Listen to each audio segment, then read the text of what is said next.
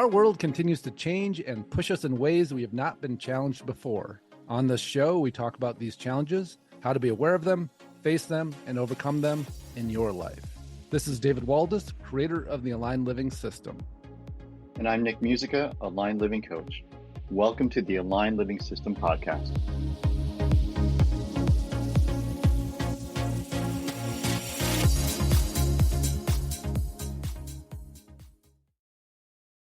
Welcome to another episode of the Aligned Living System podcast. This is David Waldas here with Nick Musica.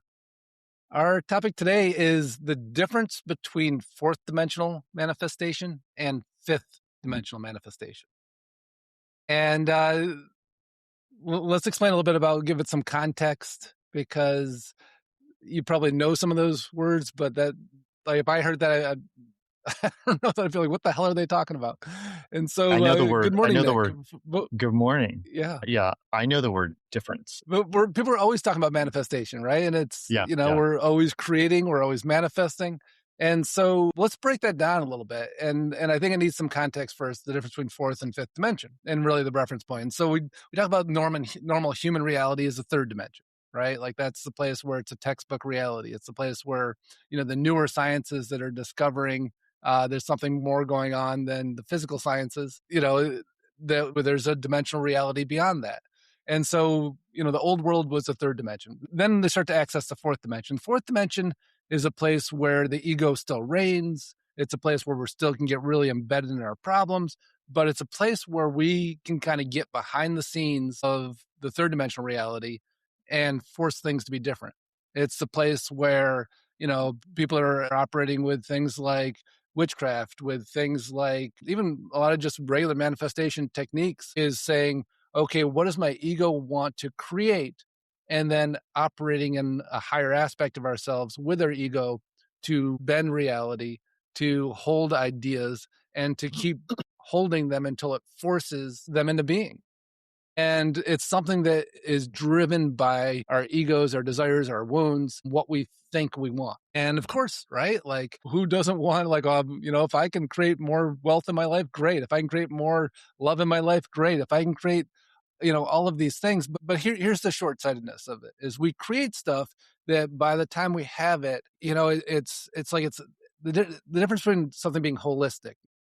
Like, this makes me think about essential oils. Essential oils have, like, say 200,000 active ingredients in it that are like, different alcohols, and, I forget what you'd actually call them, but there's basically 250,000 active ingredients in an essential oil. And a lot of modern medicine, a lot of pharmaceuticals are actually derived from plant medicine. And they say, okay, well, this was the main active ingredient. We're going to take it, synthesize it, and then expand it so that it has 100 times the effect. And so what happens? Well, we get all kinds of side effects. It's way more effective. It's like, oh, I took an essential oil and I feel a little different. Great. But that's holistic. It's working with our whole system, our whole body. And then the pharmaceutical is made into a synthetic, and it has a massive effect, but it also has massive side effects because it doesn't have all of the connective tissue. It doesn't have all of the ingredients that would make it holistically be helpful, or it hasn't, like, essential oils have developed over millions of years through, plants have developed through millions of years to be holistic. Does that make sense? In the cannabis world, this is called the Entourage Effect, which is, okay, can we just get really, really high and take the THC out, right? Yeah. Which is sort of the pharmaceutical perspective. Mm-hmm. And absolutely. There's synthetic THC out there. Yeah. Versus, but this plant, the reason we advocate for the plant is conversation. But then the flip side of that is, but just give me a shit ton of the THC. Yeah. And it's sort of what you're talking about right now. Yeah. And a lot of that too is like crossbreeding and like messing with plants in order to create something, as opposed to like the plant actually evolving on its own through its interaction with nature.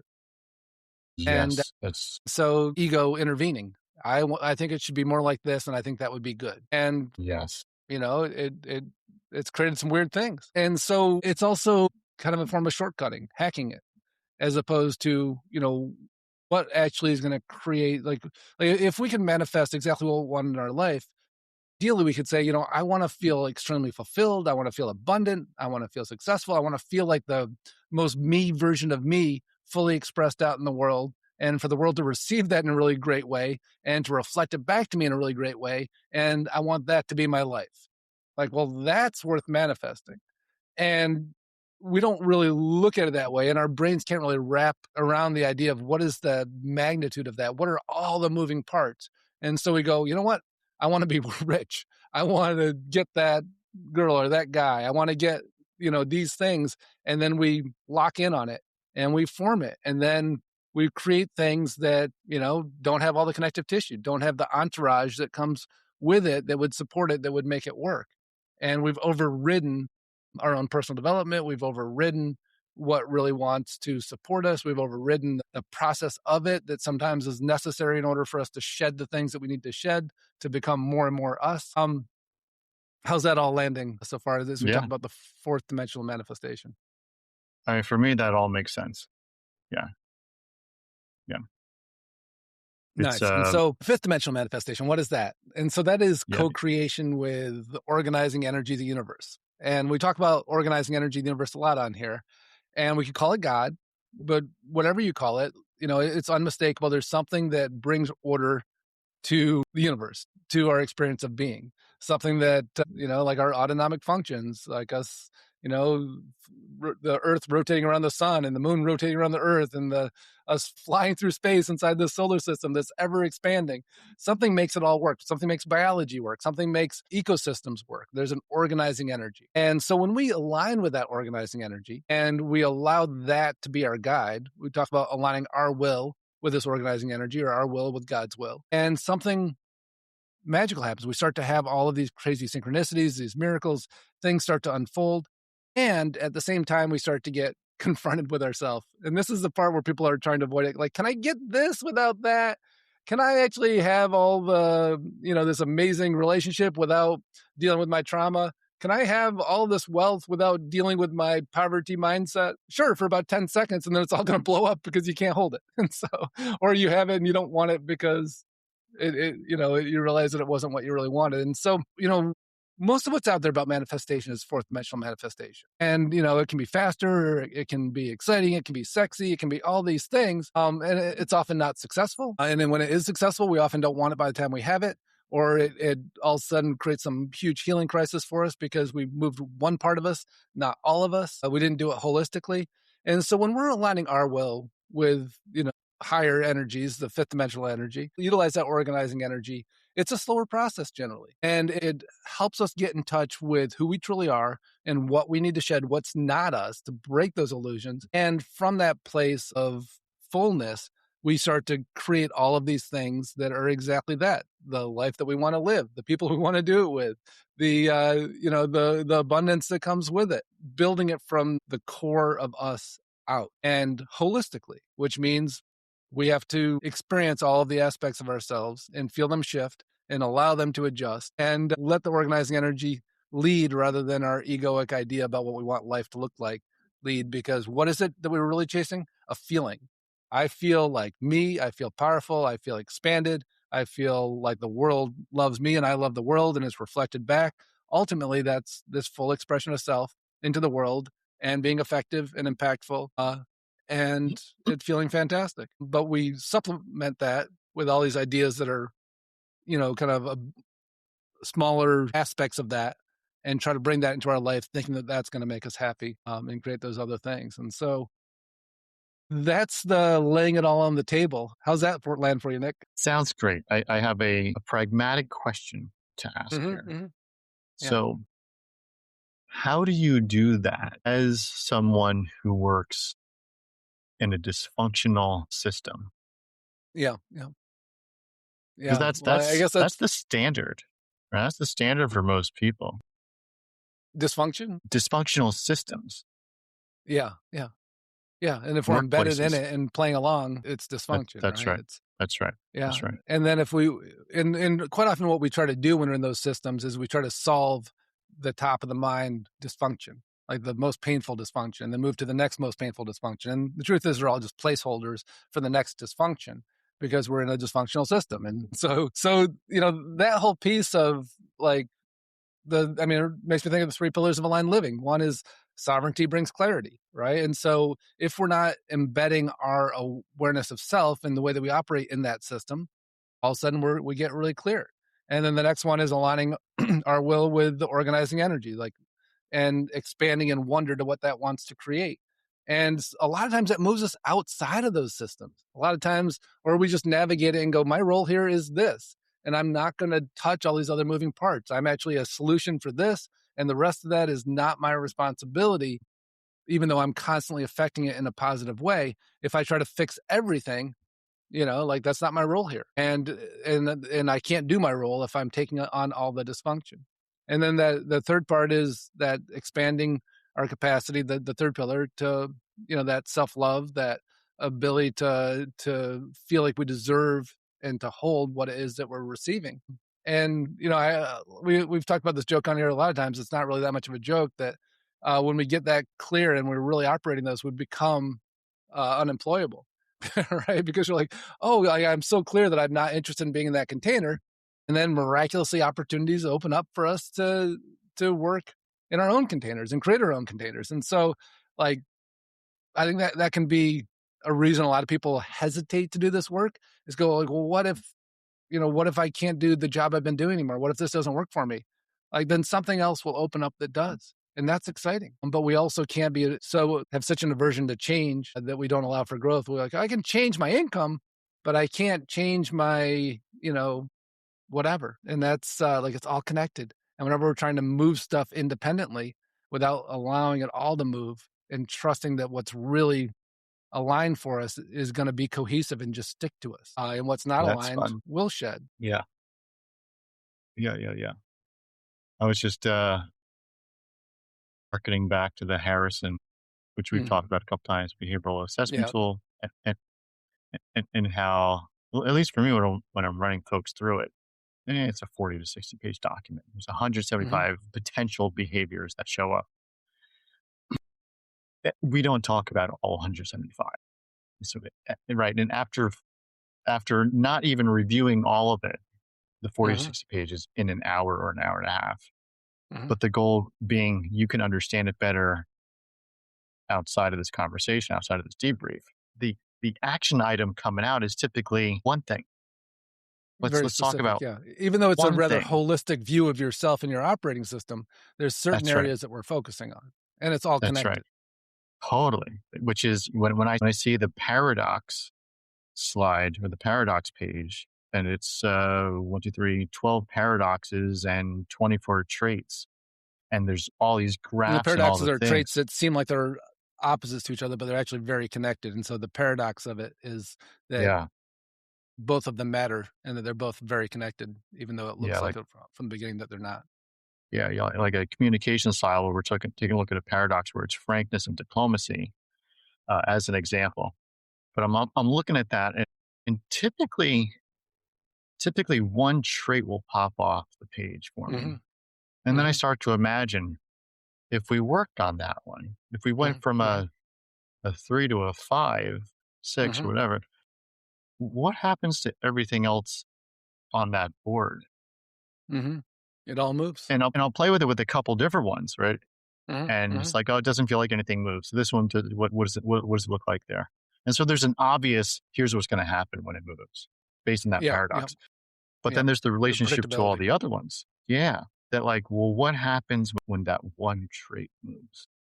They all shift. All the paradoxes or all the traits on the board shift. I'm hearing what you're saying in this context and applying it to that context. Yeah. Because one of these things can lead to the other. The operating system itself can lead to the result we're talking about here. But not independently. When one thing moves, everything moves.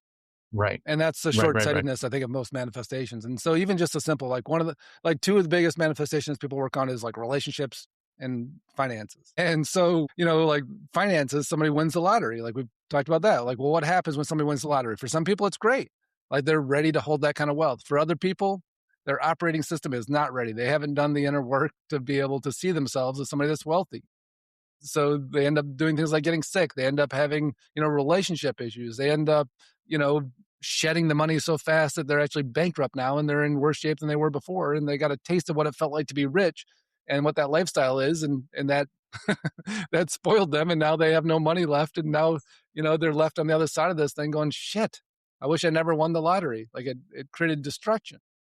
Or somebody that's ready, that's done the work, that has this massive infusion of wealth, and they go, great, this is how I wanted to expand who I am and how I show up in the world. David, I keep hearing you say do the work. I don't understand. What do you mean by blah, blah, blah, do the work? What does that mean? All of the positive things we're creating in life ask something of us, and they ask something of the people around us. And, if all of a sudden we get a sense of, something happened and I see myself in a different light and I feel more powerful now. Well, what does that mean? That changes all the dynamics in every one of my relationships. That means that I'm actually going to have a new standard for myself. And that means that I need to grow in the way I communicate it. It means I need to grow in the way that I have boundaries, in the way that I hold love, in the way that I, walk through the world. And if we do that all that unconsciously, like it's all still adjusting. And the work is going, how do I be intentional about it and recognize that these are all the moving parts, and it requires a lot of me and it requires a lot of the people around me, rather than just like, whoo, I won the lottery. I'm a millionaire now. Let's go party. Like, oh, great. Like, well, what does a stewardship of being a millionaire look like? And if we don't know that, and what does it look like to hold and to feel ourselves as that, let that be our identity, and we don't let that shift, we just shed it. We use it for destruction. And, like relationships, same thing. Oh, I've always wanted this relationship. Well, what if you haven't done the work to allow yourself to be comfortable with that level of intimacy, to allow yourself to be comfortable with being seen at that level, to see somebody else at that level, to have somebody so, powerfully connected with you that you feel a sense of responsibility you've never felt before. Like, well, now all the connective tissue shows up. So how do I get the things you're talking about without doing the things you're talking about? How do I get that? Was it fifth dimensional outcome? I mean, that fifth dimensional manifestation. And so what does that look like? Well, okay, well, I would like that relationship, or I would like the to win the lottery. I would like the money to come in. Okay, great. Well, let me prepare you for that. Right. And so the fifth dimensional manifestation says, okay, well, if you're going to bring wealth in, first thing you need to do is recognize how to hold a stability inside yourself that can handle that. And so our curriculum, the miracles that happen in our life, as we get confronted, we get experiences where that gets to grow, where the challenges in life show up to help us grow that. And the idea of aligned living is we have the tools to do that. And we have the wherewithal to know, oh, I'm navigating this right now. This is the value of this. This is why it's important for me. This is why it's not something challenging happening to me, but it's this beautiful growth opportunity and preparation for this next level of living an expanded, beautiful life. And when we embrace it and go, this is fantastic because I know what comes next. This is great. I'm so glad I'm being challenged in this way to step up. And what I really want sometimes, but I really want to know is that last part. I really want to know is how to achieve that manifestation without that suck part. How do I do that? Sure, that's called fourth dimensional manifestation. It's delayed sucking, and again, it's like you're paying with cash, you're paying with credit. Like when we are in fifth dimensional manifestation, we pay with cash, right? Like this is what I have available today, and I'm on this path where I'm ever expanding and I'm growing, and my supply of cash and what I can buy with it, what I can create with it, changes. When we fourth dimensionally manifest, we're going like, put it on credit. I'll pay for it later. Oh, great. I just got the $1 million. I just won the lottery. Now I'm going to pay for it with not be able to hold it, pay for it with the destruction of my relationships, pay for it with the imploding and, in my physical nature, like whatever it is. And that piece, the idea that we can shortcut our personal growth, I think that's often how manifestation is seen. And like The Secret was presented that way. And then you look at the difference between The Secret and Abraham Hicks and Esther Hicks, right? Like The Secret was actually based on the ideas of Esther Hicks. If you don't know who Esther Hicks is, she channels this entity known as Abraham, which is all about manifestation and creation and fifth dimensional manifestation, right? Like holding ourselves in this higher place and growing and expanding with it. And the Secret turned into fourth dimensional manifestation that sold really great, people loved it, and were really intrigued by it, but it just didn't seem to work. It seemed to create a lot more problems than it did solutions. And, I think that that's a perfect example of that. The Rhonda Byrne, I think, is the woman who did The Secret. And so there's some great solid principles in there, but they're missing elements. And that creates more problems than it solves. It creates a healing process, which is about expansion and crisis, as opposed to stepping forward, growing and expanding, stepping forward, growing and expanding. And those are, it's like paying with cash or paying with credit. Like, okay, go buy it. Now you got to pay for it. Versus like, okay, pay the price, do the work. Now it's yours. Which is a really lovely metaphor when we live in certainly Western culture, lives in a very heavy credit economic state. Yeah. Yeah. I get it because I want it, and I'll pay for it later. Yeah. And most of us are paying with some sort of hybrid, right? Like we've grown, we're ready for this, and then we put the rest on credit and we're like, okay, now this is asking a lot of me, but I'm ready. It's like I have so much equity in this. I've already paid off 90% of it. The 10% now is the part that I'm growing with as I've expanded. And that's actually going to prepare me now for the next level. And seeing it as we're always expanding, and that's what's exciting, and we trust ourselves more and our life becomes more fulfilling and reflects that growth more. There's an excitement to that. But if we're always playing the game of how do I shortcut this? How do I just keep holding this belief that the money's coming in? How do I just keep holding this belief that the relationship's coming in and not go, okay, well, who do I need to be to hold that? Who do I need to be the steward of that relationship? Who do I need to be the steward of that wealth? That's important. Yeah. Yeah, it is. And the good news is, like, when we align our energy with the organizing energy of the universe, that's the path that we get taken on. When we align our energy with our ego, the path we get taken on is we create things that our ego wants, and then we pay for them afterwards. And then quite often don't want it and have to reset and hopefully then find our path back to that organizing energy of the universe, which it finds us, and it just keeps correcting us and pushing us back. But hopefully, when I say we find it, is we recognize it and align with it rather than just keep fighting it the whole time and our ego trying to create this while the universe is creating that. Yeah. Yeah. How many times do you want to learn the same lesson? Yeah. Yeah. And so light topic, right? Well, that was our intention today, to come up with another light.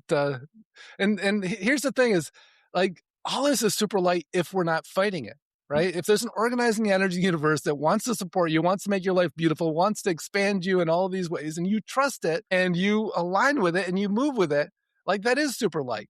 But if you think that your ego desires should override that, then it's a very heavy topic. I'm feeling like a lazy river. I'm feeling like that's the right metaphor for me. I'm just Well, going to go with the flow. it's funny because it's like we think it's easier to shortcut it. We think it's easier to do the fourth dimensional manifestation and just go, I'm just going to keep holding this as my truth until it comes true. Versus like, I'm going to align with this organizing energy that's doing most of the work. I just need to believe in it and cooperate. That's fun. And trust. So doing most of the work, so the effort's already being made. It's the resistance to allow it to happen is what I think I'm hearing. Yeah, and the ego desire for it to be different, to go, yeah, you know what? I'm going right here, and you're trying to take me to the right. You're like, well, if we go to the right first, that's going to allow that when you do get to where you want to go, for that to actually be a great experience for you. Yeah. It's development, it's the things we need to be ready for the things that we want. And it's like, it's a little Rolling Stones. It's a little, get what you want, but you get what you need type of thing. Yeah. Which ultimately leads to what you want. Right. You just don't know you want it yet. Yeah. Jagger knew the entire time. He hit it in the song. It's funny. Another channel.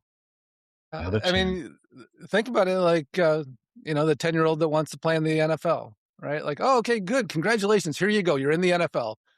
Like, well, how's that going to work out? No, I'd recommend training and training and training and training and going to high school and going to college and training and training and training and then, getting into the NFL and then you're ready. But if you go and then training. 10-year-old, and then training, right? And the 10-year-old go, you know what? We're going to do some fourth dimensional manifestation. You are now the center. You're going to snap the ball. See that 350-pound dude in front of you? His job is to run you over.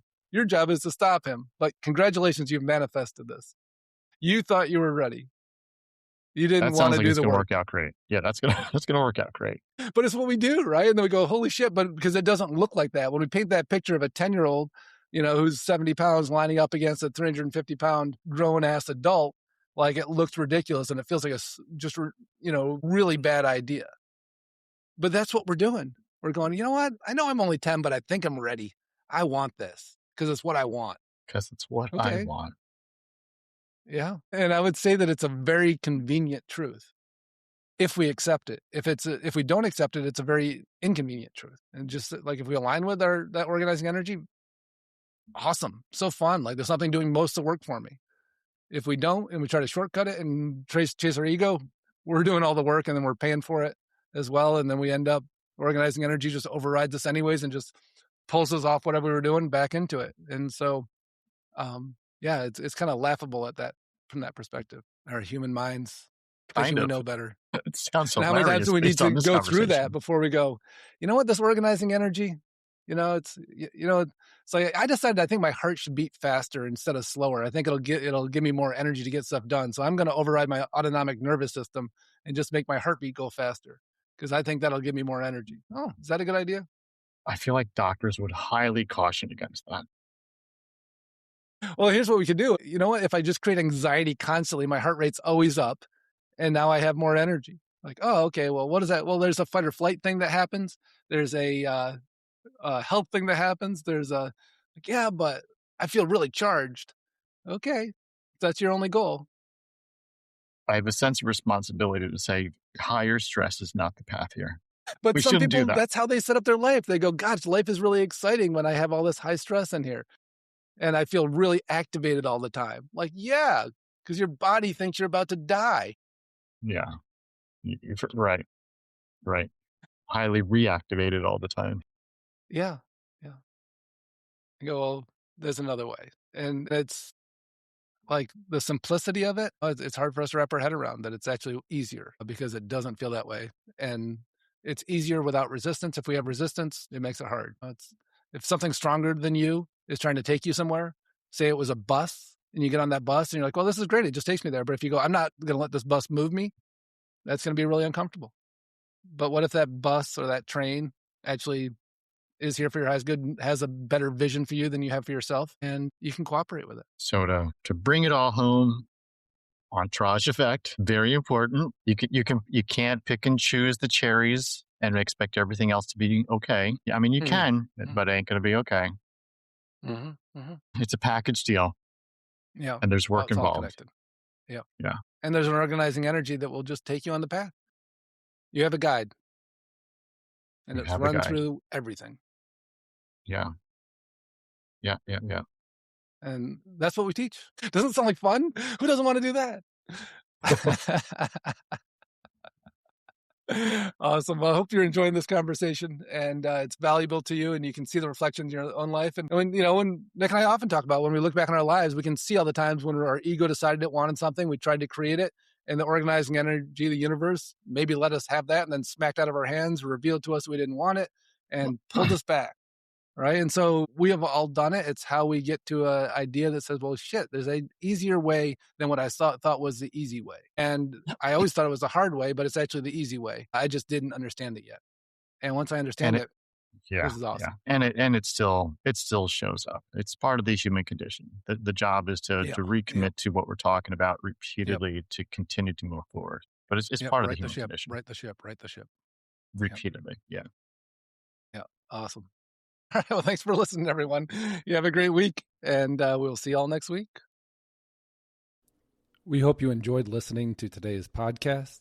And if you did, please subscribe so you can catch the next episode. If you want to learn more about the Aligned Living System and how it could support you in your life, check out davidwaldas.com.